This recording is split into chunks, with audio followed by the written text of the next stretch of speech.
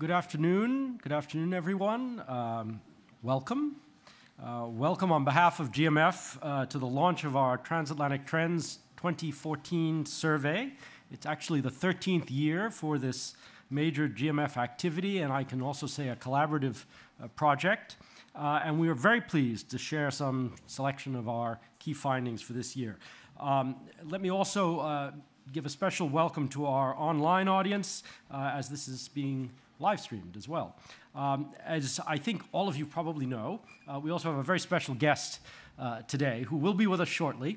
We are really delighted to have Foreign Minister Mogherini with us today, and she'll be with us shortly to offer some reflections of her own on the findings, but also some observations on transatlantic relations, and she can stay with us till about 4:30. Before we show the briefing, I wanted to thank our partners in Transatlantic Trends. And we have a number of them, and some of them here today. First of all, the Compagnia di San Paolo, based in Turin, our longtime partner on this project, but also on many, many activities, and we're really, really grateful for your being here today and for your partnership.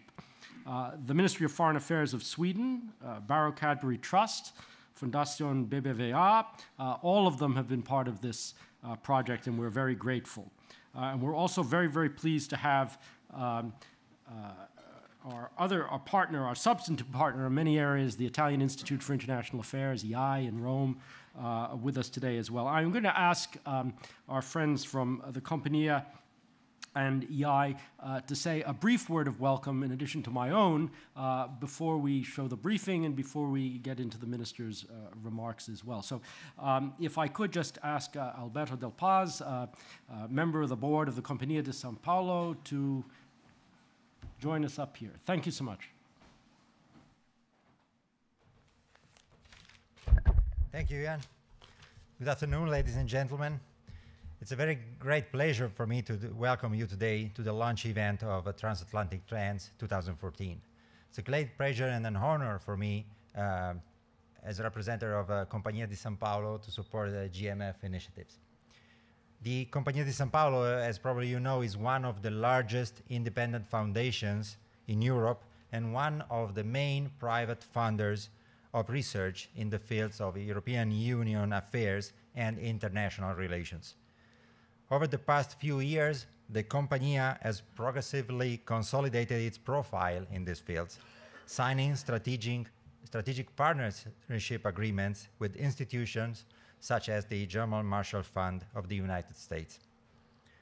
Our overall goal is to foster a truly European debate on main issues in the European affair and to encourage the emergence of a European political space.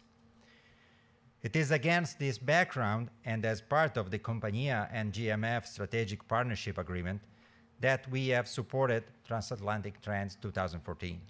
We highly appreciate this cooperation with GMF, and we sincerely hope that this project will intensify the dialogue among various European and American stakeholders, both institutionals and from the civil society, with the goals of fostering the transatlantic cooperation and strengthening our understanding of Europe's role as a real and dynamic global player. Thank you, everybody. Enjoy the rest of the afternoon. Thank you, Ian. Alberto, thank you very, very much for being with us and for those words as well. And maybe if I could now ask Ettore Greco of EI to say a few words as well. Thanks, Ettore. So many thanks, yes, and good afternoon, everybody. I also wish to thank all of you for being with us today, and the German Marshall Fund, the Compagnia di San Paolo, and all the sponsors of the Transatlantic Trend program. Just a couple of words to say that I'm very glad to be here on behalf of my institute, Istituto Affari Internazionali in Rome. We have a long-lasting strategic partnership with the Compagnia di San Paolo, covering many research activities, but we have also cooperated for many years, I think almost now more than 20 years, with the German Marshall Fund, not only on transatlantic relations, but also, for instance, on Mediterranean and Middle Eastern issues, and more recently on EU affairs. In this context, we have also been involved in the promotion of the public debate on the result of the Transatlantic Trends program.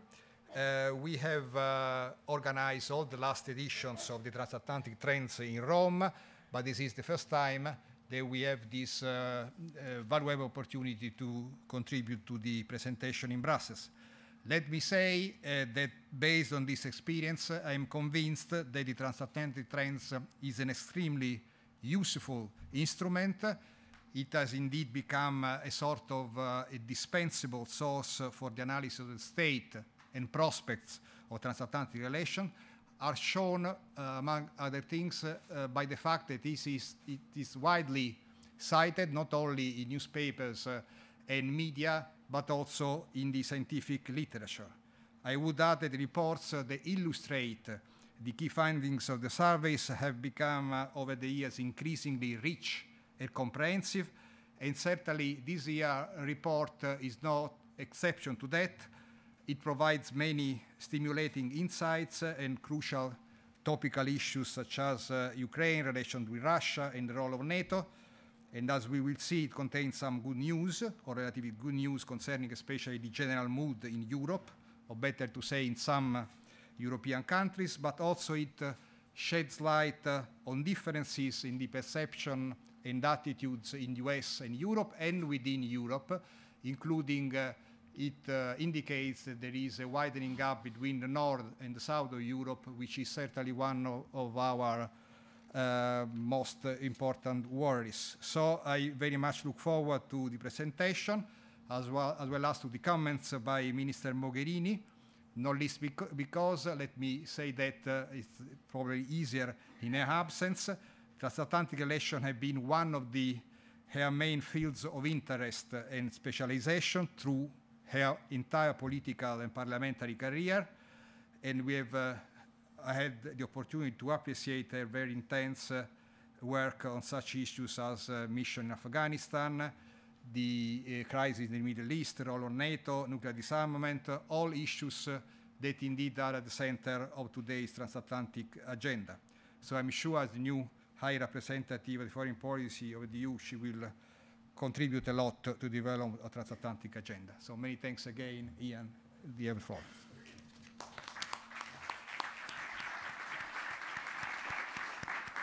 Ettore, thank you very much. And let me just say again how delighted we've been be able to partner for many, many years. We were comparing notes on this earlier today, and it frightened us both a little bit, but it's a long, long time. And we're very, very grateful for all that you've done around transatlantic trends and the other things we do together. So thank you. Before I share some of the findings from this year with a briefing, which I will show you, I just want to make a few housekeeping comments. Really two things. First of all, please feel free to tweet about this event today. And you can do that at hashtag #TTrends14. Hashtag #TTrends14.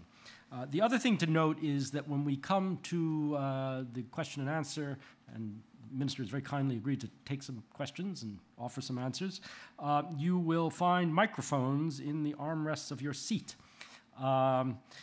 Please just push the green button on the side of the microphone once. That's all you have to do. It turns itself off, apparently. So do please remember that. So let me now just show you some selections from our findings this year. And those of you who have seen this before will be familiar with the fact that this is a little bit like the tip of the iceberg. There's an awful lot of data there each year, and in fact now it's 13 years of data. We can help you find it. We've just picked out some stories to tell you about for this year. And here again you see our partnerships in this project, which are very important to us.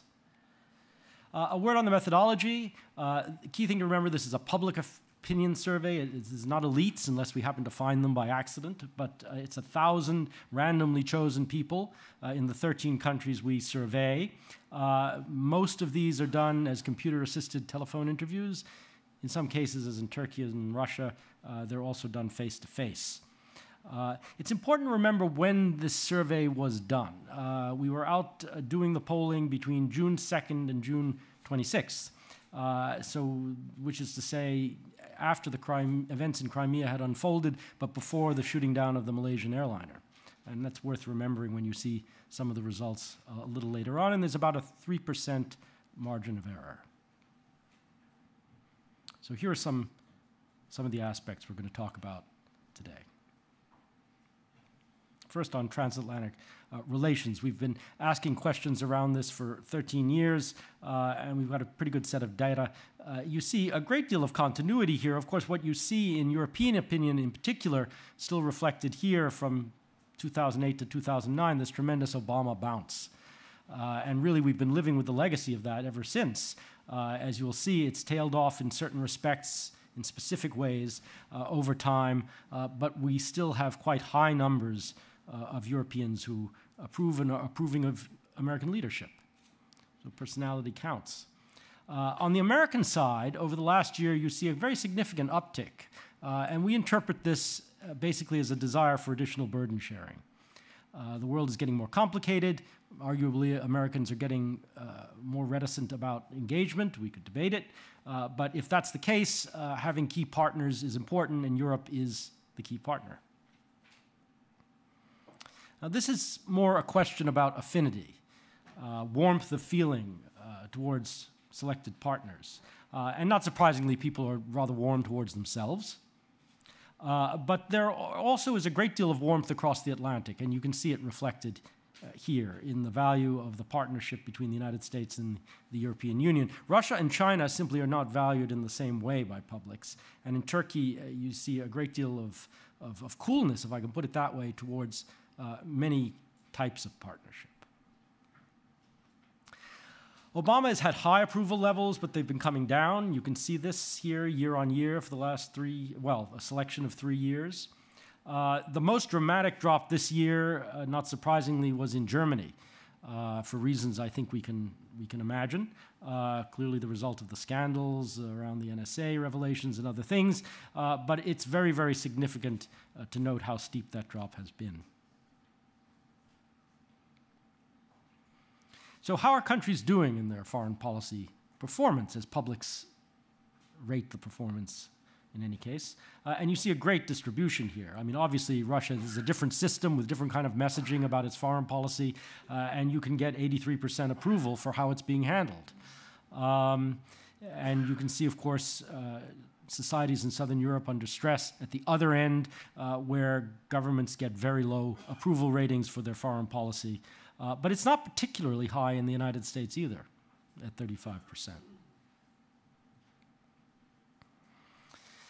So interest in the relationship, interest in burden sharing, but we also note a certain growing interest in a more independent approach when it comes to partnership with key partners across the Atlantic. It's a kind of renationalization light, if you want to put it that way. Not everywhere, not in the same ways, but we do see it, and we do think it's a factor to look out for the future. So now on the economy, EU, and immigration, where we've been doing some considerable polling for the last years. First, on the effects of the economic crisis. We ask here a very personalized question. Have you and your family felt personally affected by the economic crisis? And we've been asking this since 2009. And not surprisingly, in Southern Europe, the numbers are very, very high. What is a little more surprising is that the numbers in the United States, where economic performance has been relatively better in recent years, are also very, very high. I mean, in this respect, the U.S. is Southern European in its attitudes and outlook on economic insecurity. Is the EU beneficial? Well, majorities say yes. In fact, the numbers have come up a bit over the last year, although they do vary, as you see here. Sorry. I'm going to go back one. Skipping ahead. If you do feel it's a good thing, why? And you see a variety of explanations people have given us. economic strength, promotion of peace, community of democracies, etc. One of the things we noticed, which we find very, very interesting, is there is a rather striking generational divide here in Europe. And you can find, by the way, these generational numbers across a number of questions if you look into our data. But on this one, it turns out that older respondents tend to focus on the community of democracies, keeping the peace, the European project.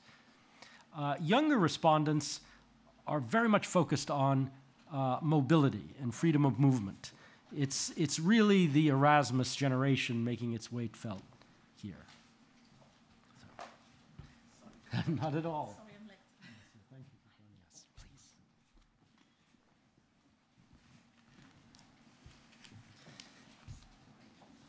So a very striking difference between age cohorts when it comes to why people who think the EU membership is a good thing think it's a good thing. Now, if you think it's a bad thing, why? And on the whole, it tends to be about two things, about the economy and about national authority, about sovereignty, loss of sovereignty. Now, a question about the UK. How willing are publics to accommodate the UK's concerns about the European Union, or should the UK be asked to leave or allowed to leave? And as you'll see here, with a fairly striking exception of France and even the Netherlands, for the most part, people are willing to give the UK the benefit of the doubt here. There's a willingness to accommodate the UK. The other striking thing is that the number of no's, the we should leave number in the UK, is actually only 35%.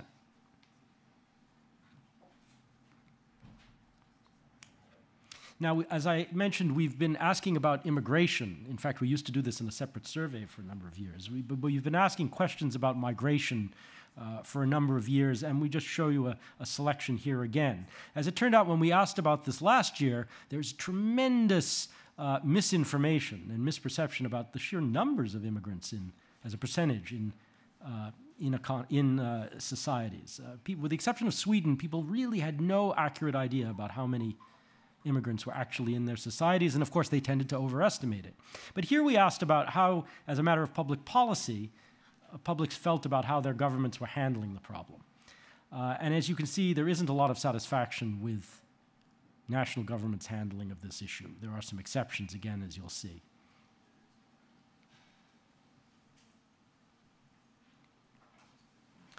Why do migrants move? Here, I think, in contrast to the question we asked about numbers of migrants last year, probably publics get it about right. Economic motives predominate, but in some key cases like Turkey, where there's a tremendous influx from Syria and Iraq, people understand this. Asylum seekers, those moving for political and security reasons, clearly are part of the equation.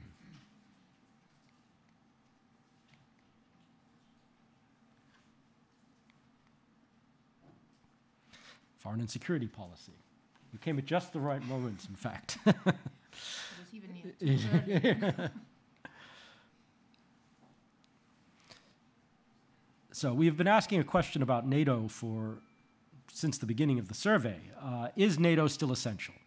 And you see fairly steady results over the years. And I've briefed this at NATO, and I often get a comment which I think is quite striking, and that is in an era where, in general, institutions are not much trusted by publics, getting 60% or so is not bad. And that's still the case. Turkish numbers have historically been lower, but you see them coming up over the last few years. I think for reasons we can explain, the neighborhood around Turkey is simply getting more challenging in security terms. So what should NATO do? As it turns out, this sort of turns on its head a formulation that some old RAND colleagues of mine made years ago of out of area or out of business. One way to read this slide is very much in area or out of business. Very much a feeling among the public that NATO should go back to its basic territorial defense business. There's less enthusiasm for things that are expeditionary and novel. And Article 5, territorial defense, is back in. On support for Ukraine, measures in support of Ukraine. what to do. You see economic and political instruments predominating here, but one of the things we find quite striking, again, this is a public opinion survey, is that there's a fair amount of support in some pretty strategic places for the idea of EU or even NATO membership for Ukraine. I suspect if this was done as an elite survey and you were asking policymakers and experts, they would not have that same view. But we found it quite striking.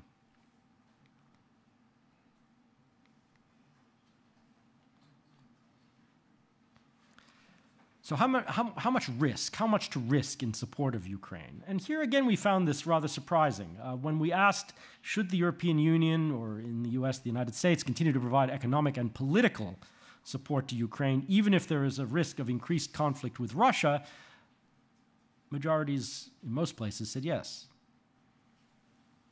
Not everywhere, not in every way, but many did say yes. On Iran. We've been asking questions about Iran for some time, and we see here a continuity from what we saw in previous years.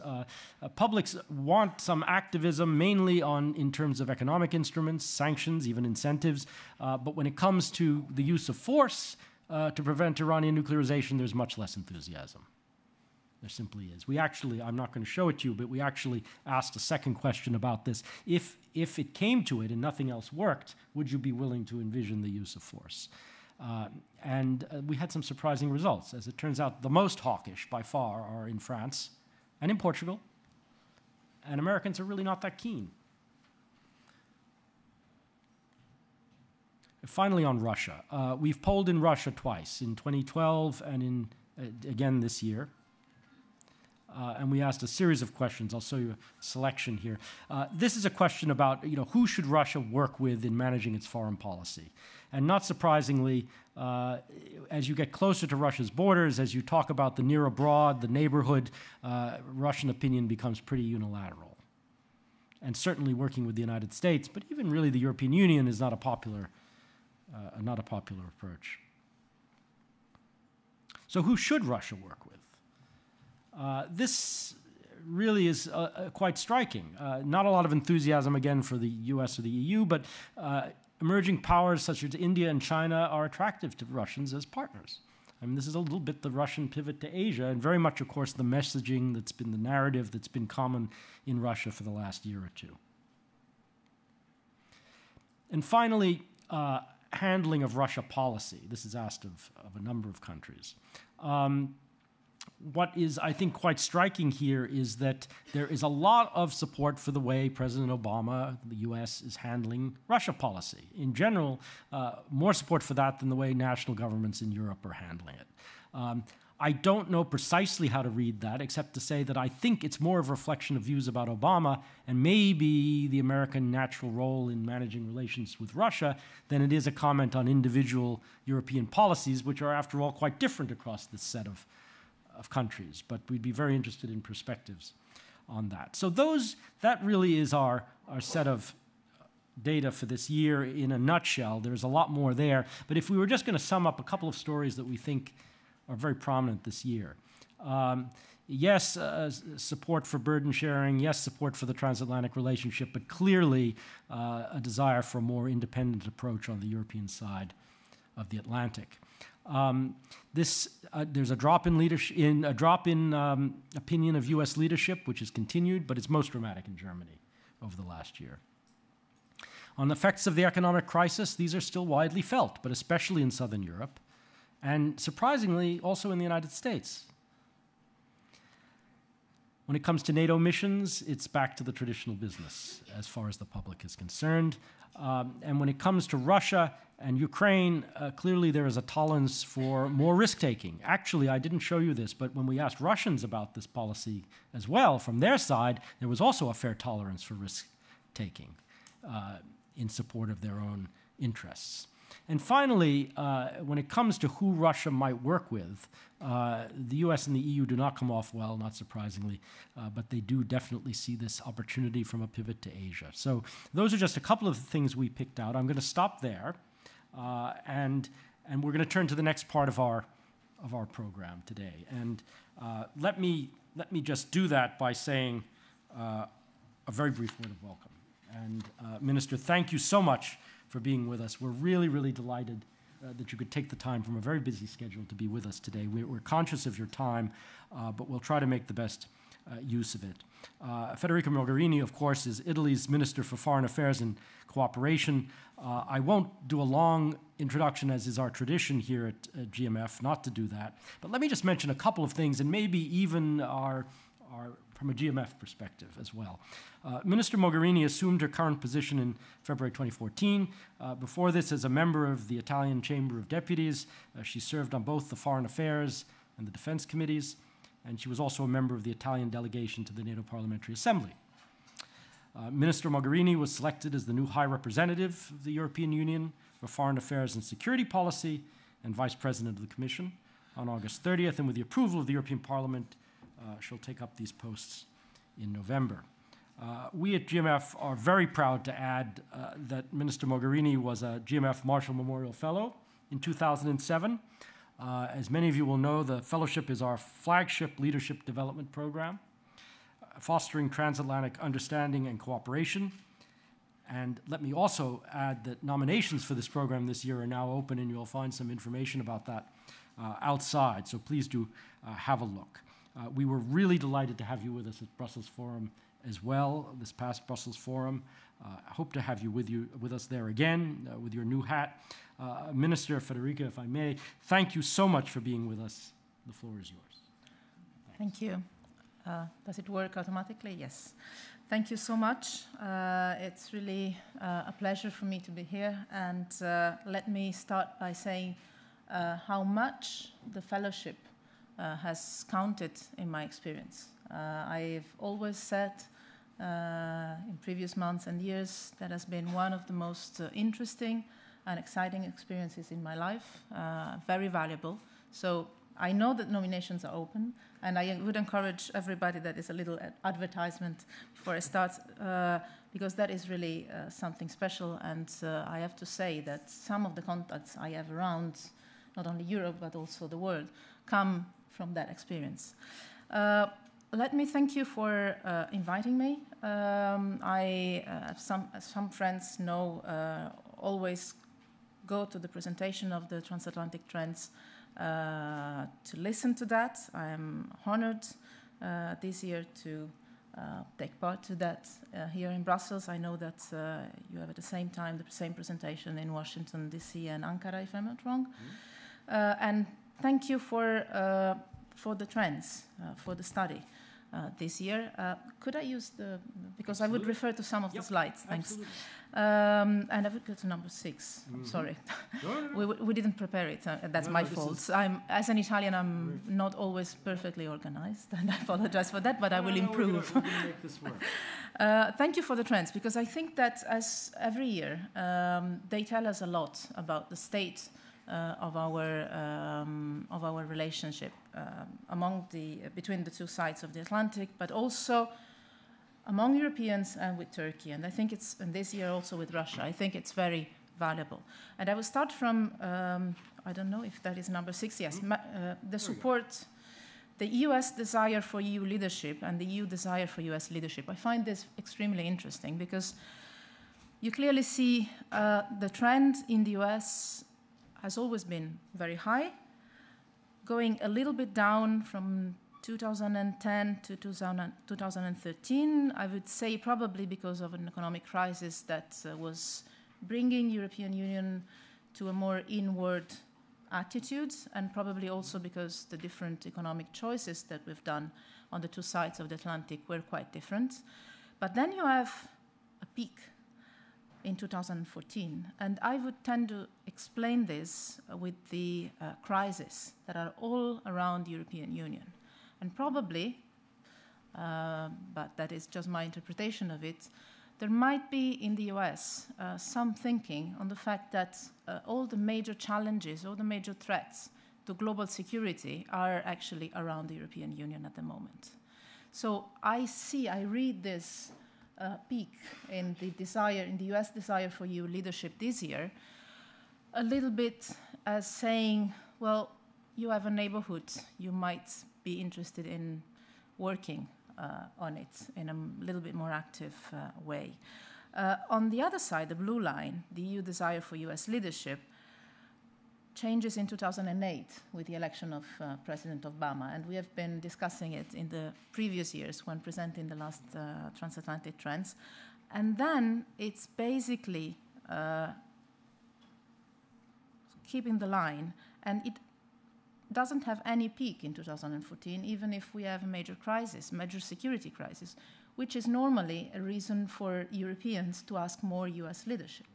And maybe also, here in Europe, we might have reached a certain awareness of the fact that as the crises are all around us, we need more EU leadership rather than US leadership. And I would start from this consideration and move to the following one. That might be number 7. The demand. We were very telegraphic with this because we wanted to leave you lots of room. We might even have taken 1 or 2 hours. But I would know. But this one is easily described. This was easily, yeah. It's a demand. I can show it like this, but I'm not sure it's going to be effective. The demand of EU leadership in the US is 70%. No, it's not this. In the European Union is 73%.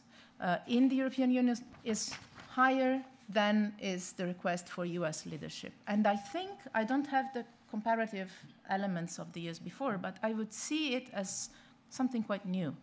And even in Turkey, the demand for EU leadership is not so high, 31, which is quite low, but still the highest, more than the request for US leadership or Russia or China.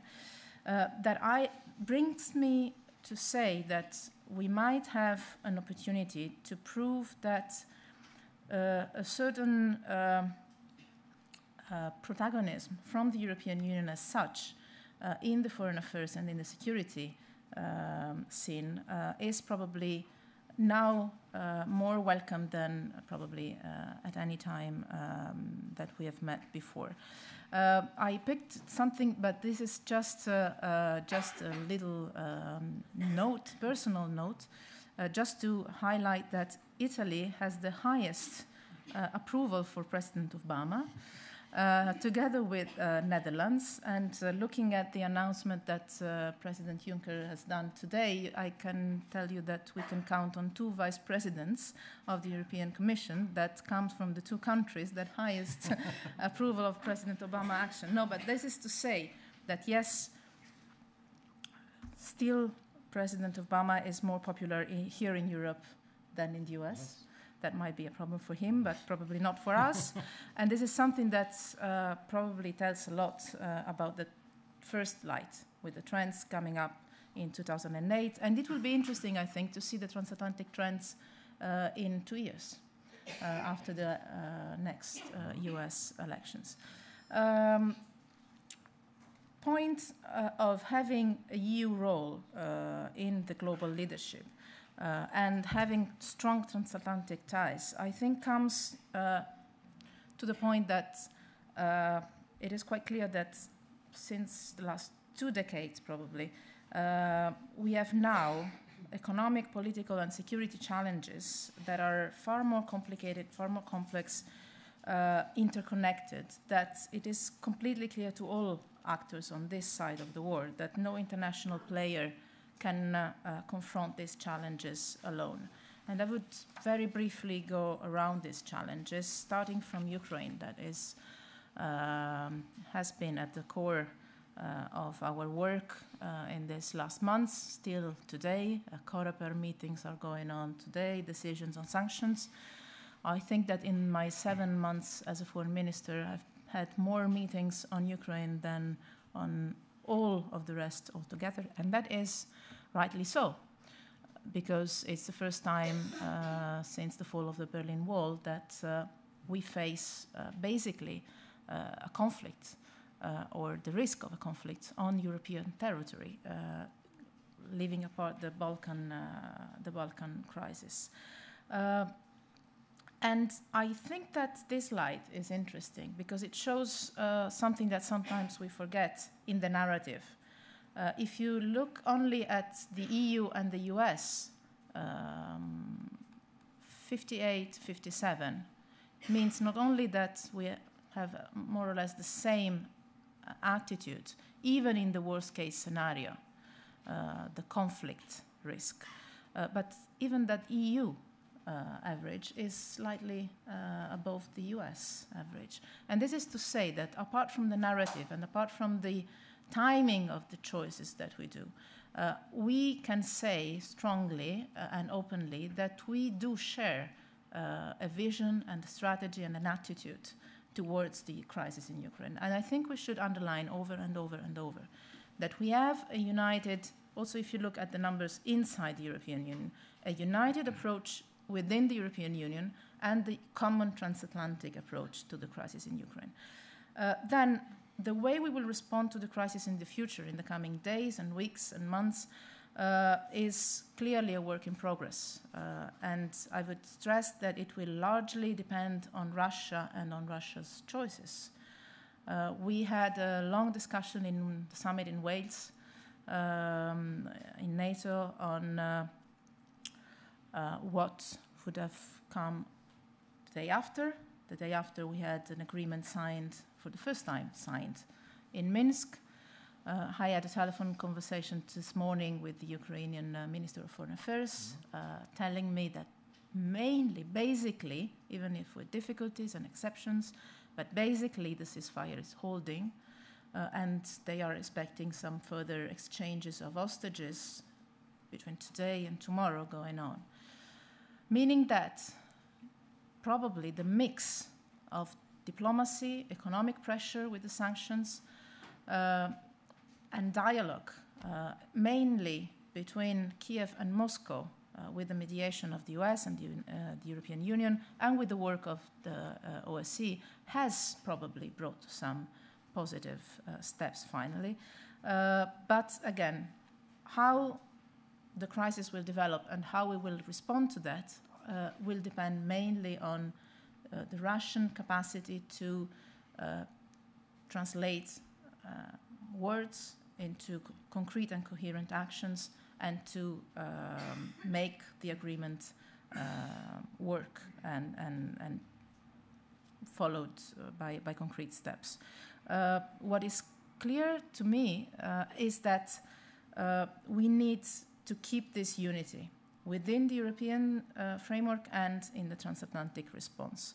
And that probably the mix of diplomacy, dialogue, economic pressure, and what came out of the NATO summit in Wales, saying that on one side there is no military solution to the crisis, but on the other side there is Article 5, and there is the need to reassurance to the allies that share a border with Russia or with Ukraine is there and is a collective responsibility. But coming to the other crisis that we have around us, it's the Middle East and it's the Mediterranean. And here I would like to stress something as Italian.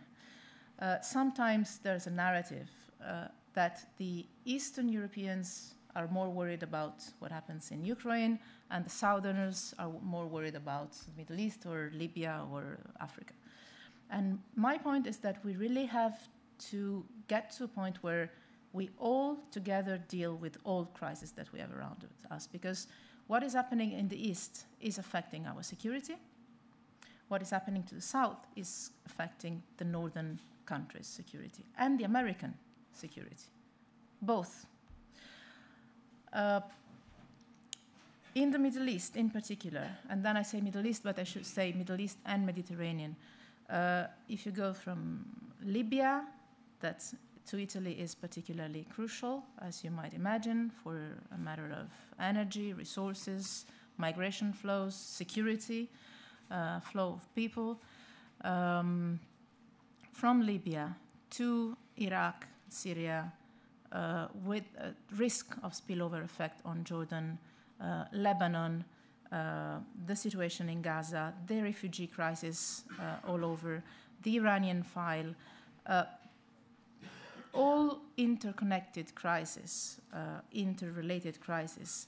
And I think that the main challenge there for both Europe and the US is and would be to manage together to involve and engage regional actors in sharing a common responsibility. I think it's the first time since a long time, probably ever, that a series of regional actors, regional powers, actually, that we hardly name this way, but they are regional powers,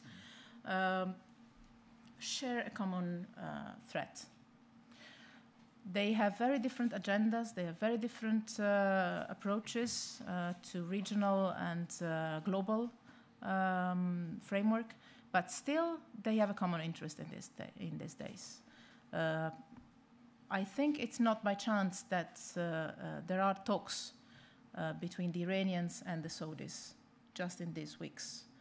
If you take Turkey, Iran, the Gulf countries, Egypt, what I think would be in the interest of the European Union and the United States together would be to facilitate or to call for an engagement, an active engagement of the regional powers to try and create a new multilateral framework to tackle the region's interconnected crisis. And maybe on this there is one slide, I'm sorry about that, that is 31, is the very last one. That's, no, it's not that one, sorry. It's my fault. I'm so disorganized that it's this one, 37, yeah. No, it's 37, I'm sorry about that. I skipped some of the slides that I wanted to. Okay, the question is, whom should EU work with on the Middle East? And there's 44% with EU countries, 41% take an independent approach, only 10% says with the US. I would point out that probably there is a missing answer, which is the regional powers, or the regional countries. But if you take the overall picture, it's something like that. I'm sorry, this is very not technological, but the 44% and the 41% of Europeans think that we should deal with the Middle East either alone or among Europeans, which basically means alone. To someone like me that believes that we are one family and one institutional body. And that is basically, I mean, it's almost 100%. I think that we have a problem here. And probably comes from the previous years, previous conflicts, and also tells us that we need to pay a lot of attention to how we present the work that we are commonly developing towards Iraq and ISIL. We have also discussed that in the summit in Wales, and we've all agreed that if the narrative around what we are trying to do now to confront and to stop the activities of ISIL in Iraq and in Syria and elsewhere, because it can be far beyond that area, if we present it somehow as a third step of an intervention on Iraq, whatever you have thought of it before, we're going to fail. If we present it as something that we do within NATO or within the West, and on the other side we have Islam, we've lost. So I think the challenge there is in this reference to the regional actors, Arab countries, Muslim countries taking the lead. Then we might have to exercise a coordinating role, for sure.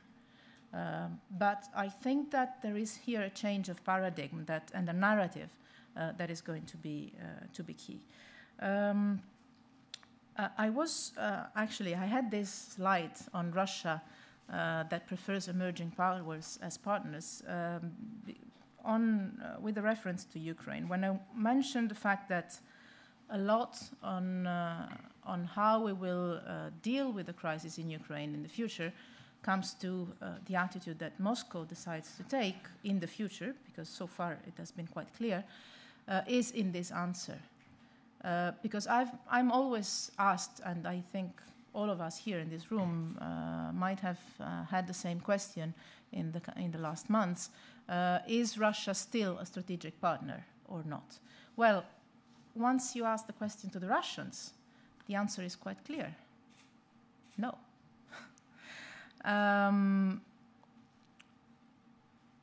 China, India, the SIS states, this together is the pivot to Asia that you were mentioning and that we didn't do. We thought it was wise to do, but not necessarily we were consistent with that. And the 36 and the 29 together is non-NATO or non-Western countries. That is quite clear. So I think that we have a long-term cultural issue to face there, a political, strategic issue to take there, as well as in this slide, which says exactly the same thing, that in the last 2 years, the Russian support for partnership with NATO has decreased consistently. So it's not only on our side that we have serious doubts, but also on their sides. It's always two dancing tango, how's it? Yeah. I would go to other 3 challenges that I see in front of us in terms of transatlantic relations. One is TTIP. It's not in the slides, I think, but I think that with the fact that hopefully we can say, or we can work as if we were somehow out of the peak of the economic crisis, and together with the political difficulties and the technical difficulties of the negotiations politically, because, well, now we have a transition here, we have the midterm elections in the US, there might be, I think, the risk of a stalling, of, keeping things frozen. And I think it's imperative that this doesn't happen. I think it's imperative that we go on with the negotiations and that we come to finalize the agreement, and that can be also the core of enlarging the agreement also to our other partners. A 4th point I would raise: Ukraine, Middle East, TTIP is the Asia Pacific. As I had the chance of saying, I think, in the Brussels Forum a few months ago, we have been talking about the pivot to Asia and have been discussing so long about the fact that the US was turning its back to Europe, and the transatlantic bond was not as crucial anymore, and we Europeans felt abandoned and so on. I have always been convinced that we should together pivot to Asia, the US and the EU together, that it is our joint interest and would be a strategic, powerful move. The reality at the moment is that somebody else is pivoting to Asia, and we are risking an approach that is exclusive to transatlantic bonds.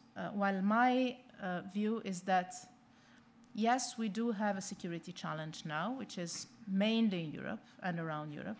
Yes, we need to restate the need for common work on the Atlantic, but this should not prevent us to pivot to Asia together and not let others do that instead of us. I think this is something that otherwise we would pay the consequences for in the coming decades.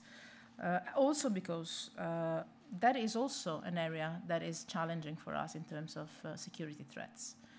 Major defense expenditure raising in the last years, territorial disputes, historical animosities that are clearly creating tensions, and most of all, the lack of a security architecture, an international or regional security architecture that is not there in that part of the world. So a risk of a major threat to global security or to global stability coming from that part of the world, I think puts the issue high on the agenda, even if in the meantime we are dealing with the crisis all around us. Last point I would make, and apologizing for taking a little bit too much time, is the global governance. I think that the model of global governance that we should work on is not a West versus the rest. It's clear, and to my generation, it's natural that we are one. We share values, we share interests, we share a common approach, culture. As we see from all the data we have, we are on the same line, we are on the same side. Even when little differences seem to us so big, that is exactly because we are used to be so on the same line. But what we have to do, I think, is to be on one side more ambitious and on the other side more humble. More humble probably in acknowledging that we already live in a polycentric world and that there are players that are strategic to the word security or to the word stability or prosperity, players that might be not our friends, that might have different values from us, different interests. There are also players that might have different values and same interests, but still players that are going to be relevant for this world. And we have to be on that more ambitious in seeking ways of engaging all these relevant regional and global actors in a way that can respond more effectively to our interests, remaining true to our values. That is probably the most difficult challenge of all. Engaging other global and regional powers and doing it together, US and Europe. This, I think, is going to be somehow the way in which we could help stabilizing our common region, our common borders, because the borders of the European Union are also the borders of an alliance. And that would be probably the best contribution we could do to the global security and stability also. Thank you. Minister.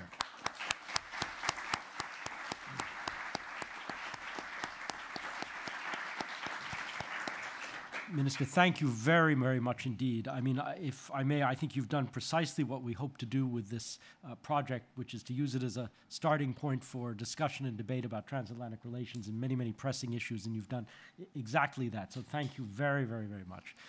Thank you as well for being willing to entertain a few questions, I think. We're conscious of your time, so we won't keep you beyond that. But let me then open the floor for questions. If you would catch my eye, and again, there is a little green button that you can press once on your microphone, and that's all you need to do. And if you would, just tell us who you are and where you're from as well. So, please, right here.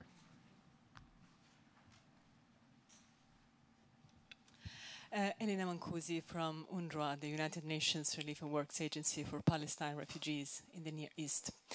Many thanks, Minister Mogherini, for sharing your important vision and perspective on the current crisis that we're tackling nowadays. You've been mentioning the role that regional players should have potentially in tackling the crisis that we're facing and including those in the Near East. May I ask about your perspective on transatlantic relations in the follow-up to the recent Gaza crisis? Thank you very much. Take one by one, or as you wish, if you like. It's the same for me.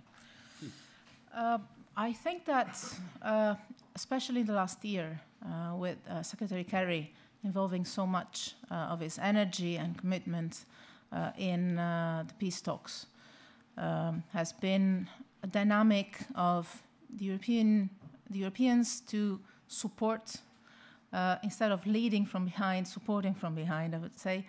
And then we came to the pause. And then we came to the conflict. Not relating the pause to the conflict. That had different roots and reasons. But I think that today we are in a different scenario. now I speak as an Italian minister, obviously, and I think that, well, I've in the past months, I've together with other European ministers, argued that there might be now the space and the need for a more proactive attitude of the European Union in relaunching the process. I say this a little bit in line of what I was highlighting when I said there's more demand for European leadership in the global threats management. And never, it happened to me as this year, to perceive this request from different Middle East actors. I was visiting Israel, Palestine, Egypt, Lebanon, Jordan, just 1 month and a half ago.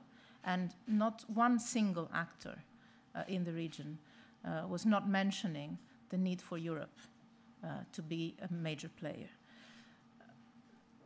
Having said that, I believe that US still have a major role to play, probably not alone anymore.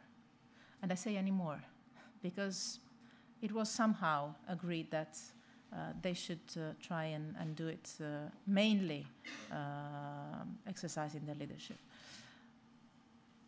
I think the role of Egypt has been crucial in reaching the ceasefire. I think their role is going to stay crucial, even more probably with this leadership rather than the previous one. It was not to be given for granted that the Egyptian leadership at the moment would have been ready and willing and capable of working on a ceasefire. They have done so. And I think this can create a certain framework for other regional actors to work on the solution of the two crises at the same time. Because now we see the dramatic need for reconstruction in Gaza. But there we have two crises, two conflicts overlapping, the Israelo-Palestine and the Arab-Israeli.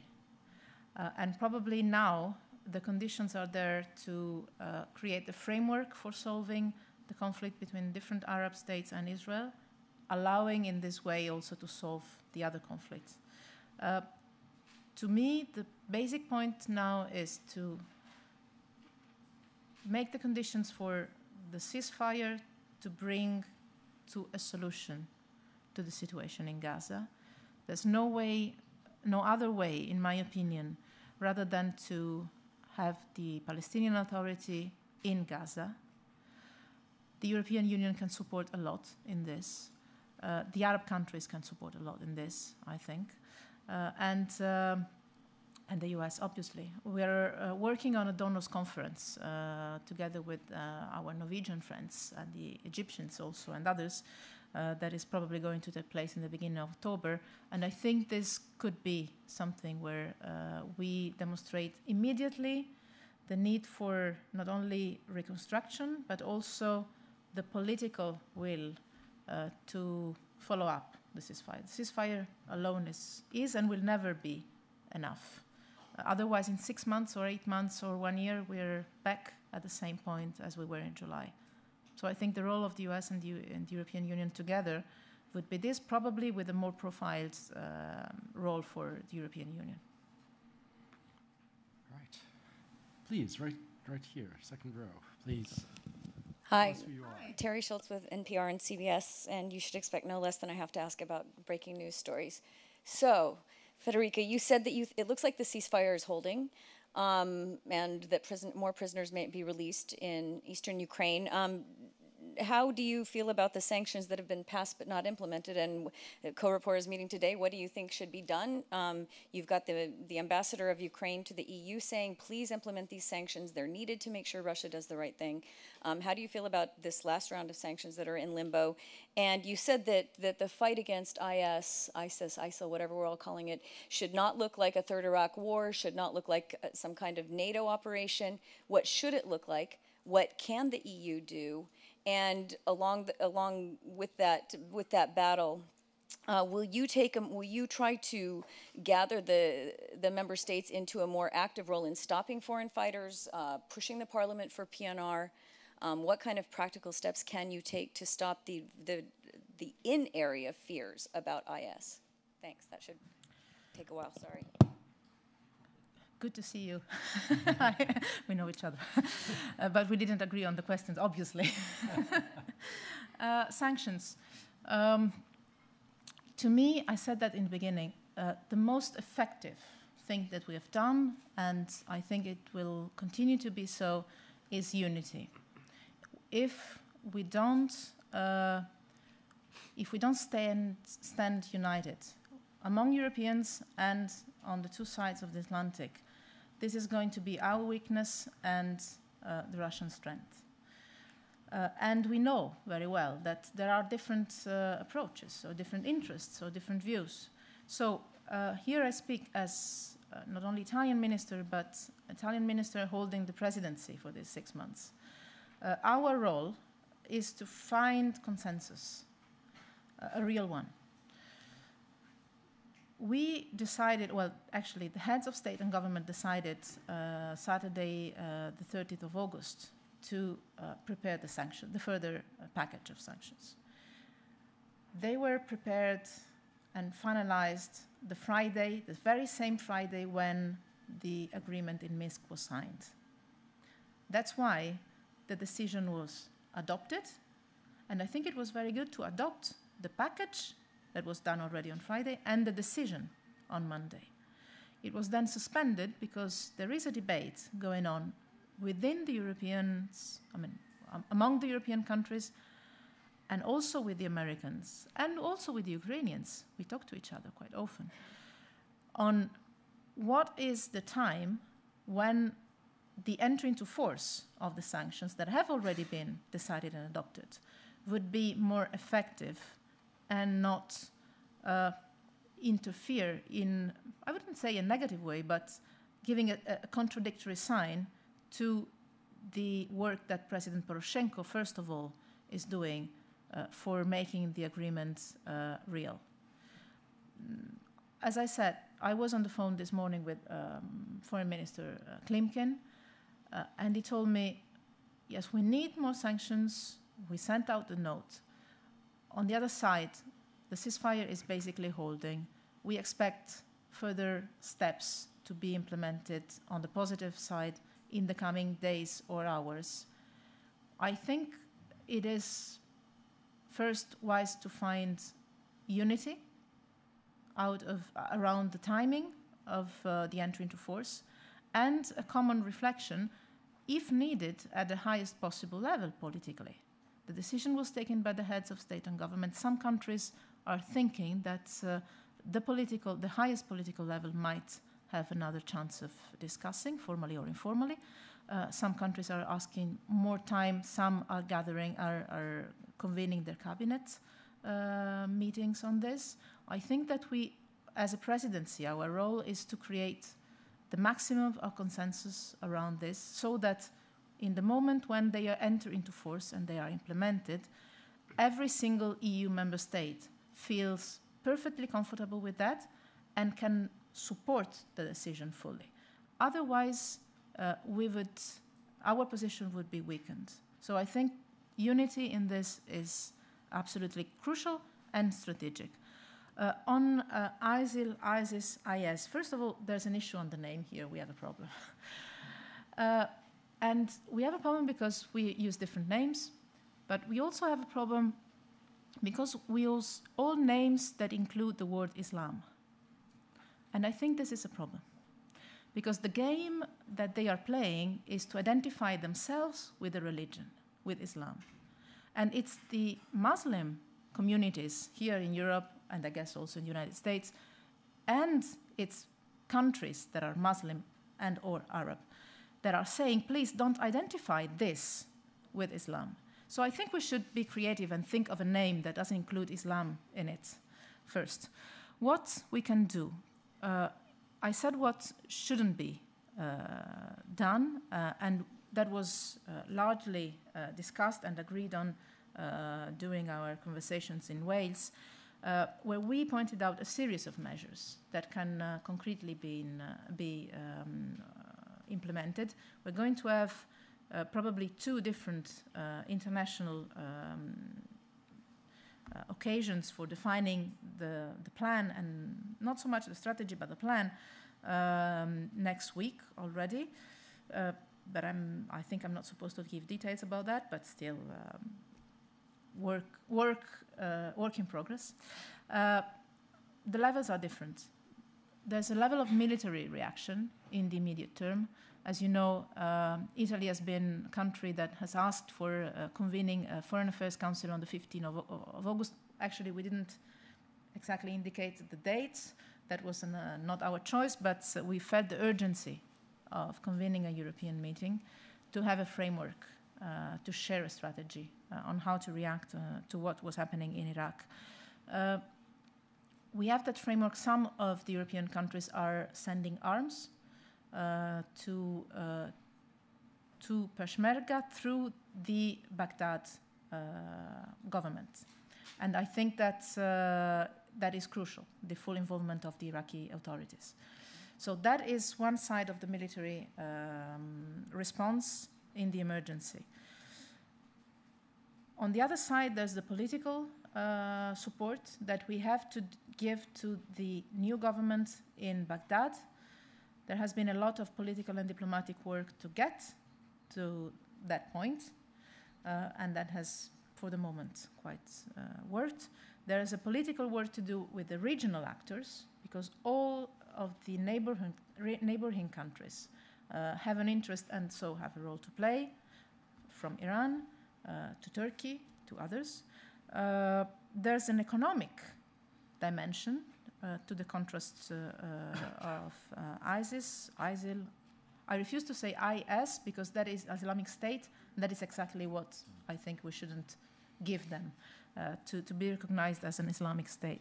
But there's the issue of the flow of financement that can be worked on through probably banks and international regulations. There's the point of the humanitarian assistance that is going to be crucial. Italy has done quite a lot on that. In particular, the role of the European Union, either country by country or with a coordinated approach, is that of, in my view, facilitating the work of the different regional actors together. I think that is going to be crucial. And that could be an unexpected chance also for future other cooperation on other different levels. That for sure. And then it would be natural to have a sort of European coordination of all the help that we are already sending on a humanitarian level, on the military level, also on the political action. It would be precious to have a sort of coordinated approach to our aid in different forms. But we are going to work on that in the next week, actually, as I said. Okay. I am conscious of your time, and I know that we're getting close to the close of our event, but maybe we take two more together and then... Yeah. Just the gentleman gentleman and a lady together, in fact, in the back. Okay, well, maybe you can just step over to the aisle and borrow one from your neighbor. And do tell us who you are and where you're from, please. Hi. No, yes. Thank you, Ian. It's Claudia Calderinha from Freedom House, an American NGO working with democracy and freedom around the world. Thank you, Minister. With Freedom House, we have been working quite extensively over the last few years in trying to increase a dialogue on democracy support that goes beyond just coordination between the EU and the US on operational terms, but more about creating a real framework, a strategic framework for democracy support around the world. I would like to have your personal views and expectations on what you would like to see happening over the next few years between the EU and in the US in this area. Thank you. Thank you.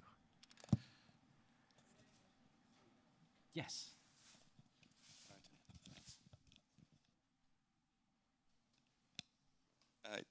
Julian Hale, I write for Defence News.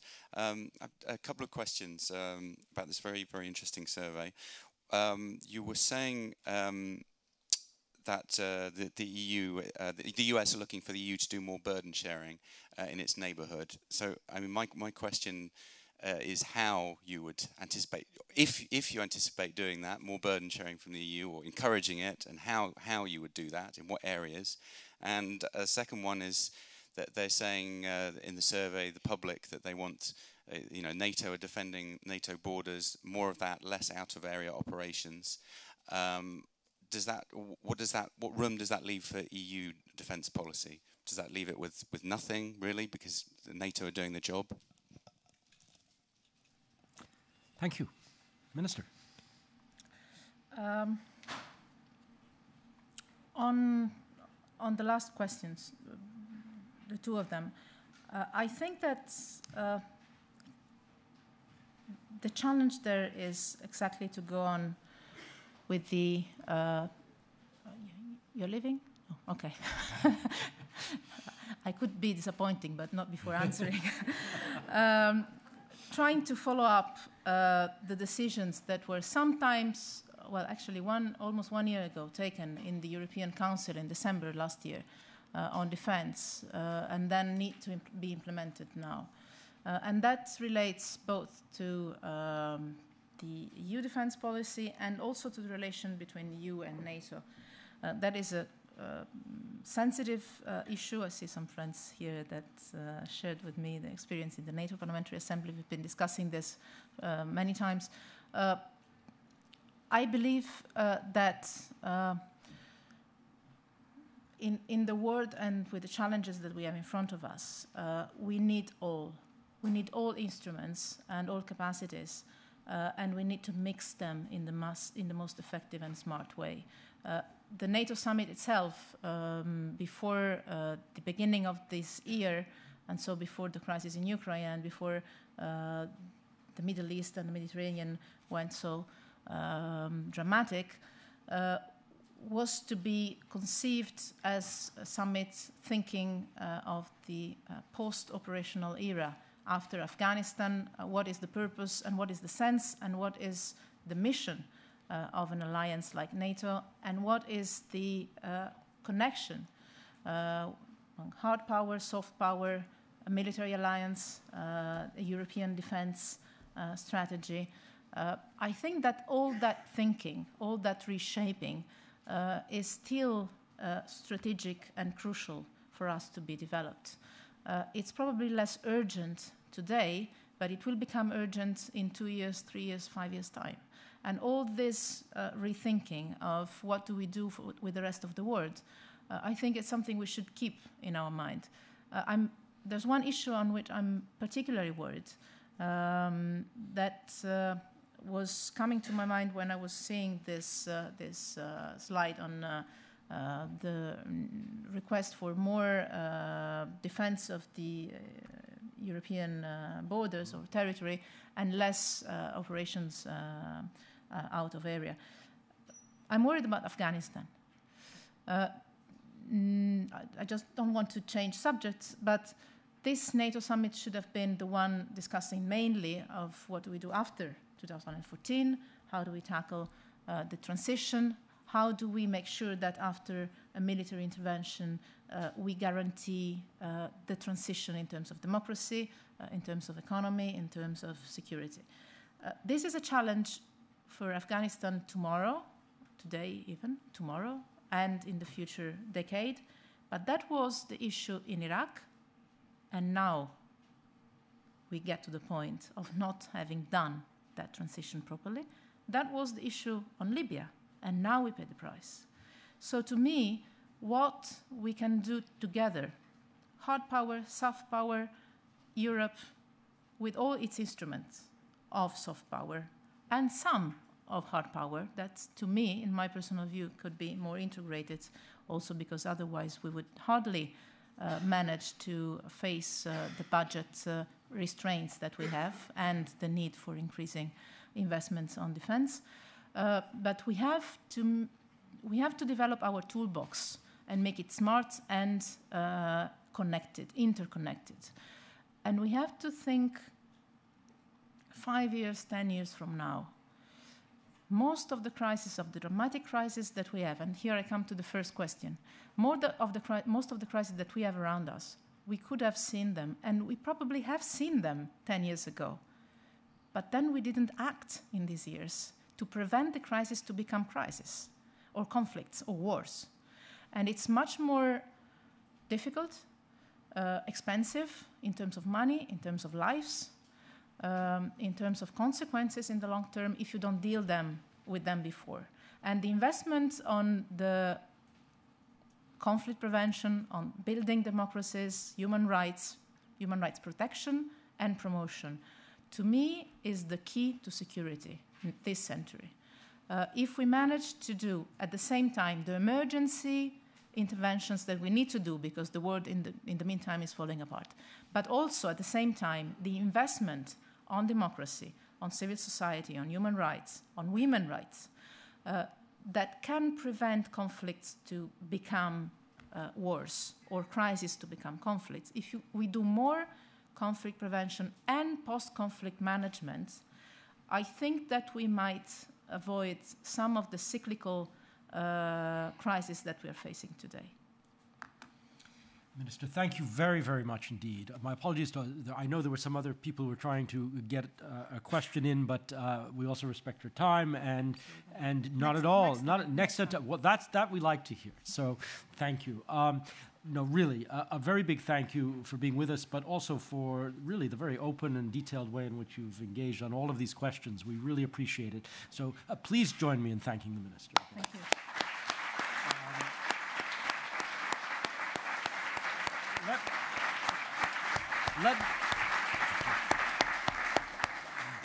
This brings our events to a close, but let me just, before you leave, say just a couple of quick thank yous. Again, first of all, to our partners. We're really, really grateful to the Compagnia and to EI for your partnership, but also for being with us here today, and to all our other partners in this project. Let me also say a very big thank you to our staff here in GMF in Brussels, who put this event together. Thank you very much indeed. And above all, thanks to all of you for joining us. We look forward to seeing you at GMF again soon. Thank you.